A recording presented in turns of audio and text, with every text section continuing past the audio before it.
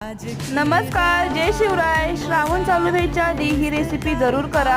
अगदी धाबा स्टाईल 20 मिनिटात green chicken घरच्या घरी, तीच पद्धत तीच चव। चला तर पाहू।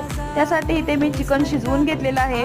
मसाले, कांदा प्युरी, टोमॅटो प्युरी आणि पालक प्युरी कशी करायची हे व्हिडिओ माझ्या चॅनलवर आहे, तुम्ही जाऊन पहा जरूर। त्यानंतर पॅनमध्ये तेल आणि तूप घेऊन त्यामध्ये खडा मसाला, कांदा प्युरी, टोमॅटो प्युरी घालून घ्यायची। अगदी थोडंसं तेल सुटेपर्यंत शिजवू द्यायची।